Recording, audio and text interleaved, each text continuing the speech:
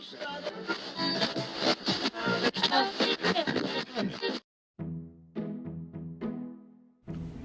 afternoon. These past couple weeks, there's been heavy talk about drilling for natural gas in our hometown of Coppell. Yes, and today Sarah went on the scene to report from the area. Sarah?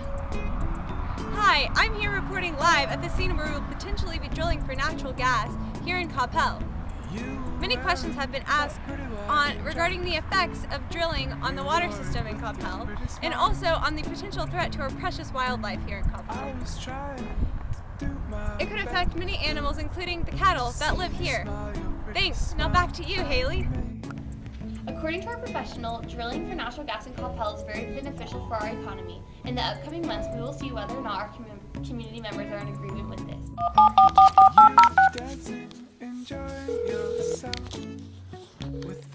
In your work with natural gas, have you ever been in a situation where your drilling had a negative impact on the water source?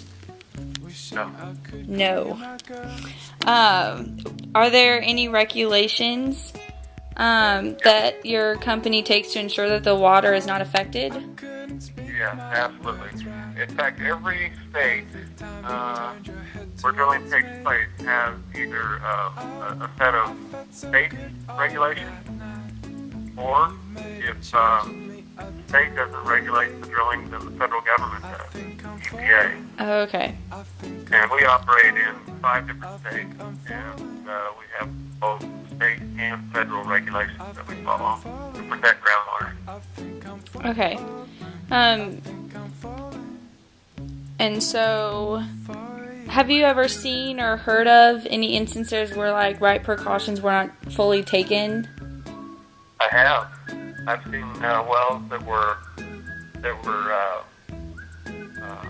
either neglected and developed leaks and caused problems, or they were improperly engineered and encountered high pressure zones that they could not control, and the well would blow out. Right. And in a blowout, it is possible to have gas escape into a water-bearing formation. Does this sort of thing happen often? Not very often. In fact, it's very, very rare. And the technology in drilling has advanced to the extent that it's really hard for it to happen. A lot of areas or a series of circumstances have to sort of line up for it to happen. In most cases, there are multiple safety features and engineered processes in drilling a well that will prevent that from occurring. Okay. And recently we have learned that there have been instances of not disposing the chemicals that are put into these wells properly because they put them near the site in the ground. Does this happen often? There are again state and federal regulations that mandate how waste products are disposed. In the case of oil and gas drilling, there are exemptions granted that allow drilling operators to be exempt from certain waste requirements, disposal requirements. It's called the oil and gas exemption, just in general terms, and it allows waste to be treated like a Class 2 waste. Class 2 is generally considered a much safer type material than a Class 1 waste. Class 1 waste would be in acids, lead-bearing solutions, things that are really hazardous, and they generally have to be disposed of in a Class 1 waste disposal well. Okay. But Class 2 wastes are usually much safer and they don't need that special handling. So there are cases where drilling mud and drilling chemicals, things of that nature, can be disposed of on site in a technique called land farming. And that's basically where the contents of a pit, after the drilling takes place, is spread out over a piece of property, maybe a 5 or 10 acre tract. Then the operator will have to come back within a year and disc it all in to the soil. For the most part, the chemicals break down. They're not considered hazardous, and this is a widely accepted practice. Okay, I know we just had a speaker come in and talked about this sort of thing, and he said that sometimes some companies will like evaporate the chemicals into the air. Right. But to do this, it's I guess the chemicals that aren't very harmful to the environment if this happens. Right. Okay. That's another technique. In places where it's real dry and you don't have a lot of rainfall, you can do that. You can leave a reserve pit open and just let it naturally evaporate, and then you can come back in and backfill away. Okay. Most of what goes into drilling mud is a natural product. It's bentonite clay, which is mined in certain parts of the country, and it's the basis for drilling mud. And then what we do is we add certain chemicals to it depending on what we're drilling through. Like we might add sodium hydroxide, caustic. We might add silica. We might add, salt, sodium chloride or potassium chloride, certain things like that. And even more so, we may put barium, like heavy metals into a drilling mud to make it heavier. But these also break down naturally when you landform them. Oh, okay. And last question. With your profession in the environmental field, do you think that people of Coppell should allow digging for natural gas in our area and properties? Oh, absolutely. Okay.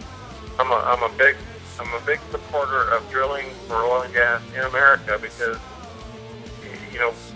part of the reason we have such difficulty around the world is that we're dependent on external energy resources, predominantly from the Middle East. Mm-hmm. And if it wasn't for that dependence, we probably wouldn't be fighting wars over there. Yeah.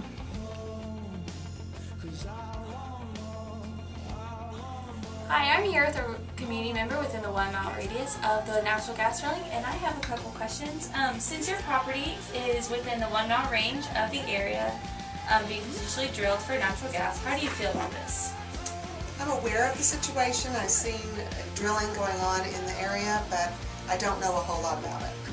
Even though we don't get water from wells, but rather the reservoir, do you think there could be other effects on animals in this area? And what if mistakes are made?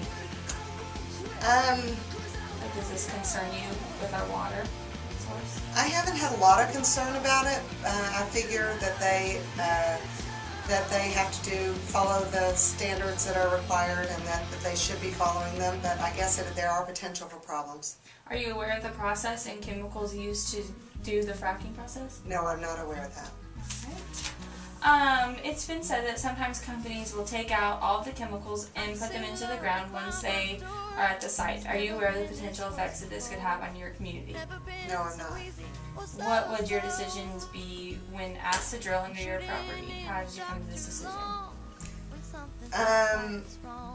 I would be interested in it if I could make some money from it, but I probably should do a little research to see any potential problems because I'm not aware of what the problems are. How do you think the drilling should be regulated for those who don't want their property to be drilled under? Yeah, that would make it more difficult if some say yes and some say no. I guess they have to follow that, so I don't know. But how would you know if you say no? Yeah, that's true. Alright, well thank you. After listening to what the professionals have said and also doing much research, we have concluded that the positives outweigh the negatives in drilling for natural gas in Coppell. Natural gas would be more beneficial to use because it's more readily available in the United States. Also because Coppell gets their drinking water from reservoirs instead of aquifers, then if we were to drill in the area and cause pollution, it would not directly affect our drinking water. After listening to the community members' responses, it is very obvious that they need to be more aware and knowledgeable about the fracking process and what effects it has on our environment. This is a very logical thing to do because it is important that we find alternate sources of energy rather than relying on just oil from the Middle East. People are really concerned about the environmental effects that drilling for natural gas causes. However, mistakes are rarely made, as we heard from our professional, and drilling for natural gas has very few effects that are harmful to our environment. Thanks for tuning in and keep on watching for future news of this topic. gonna make me wonder what I'm doing.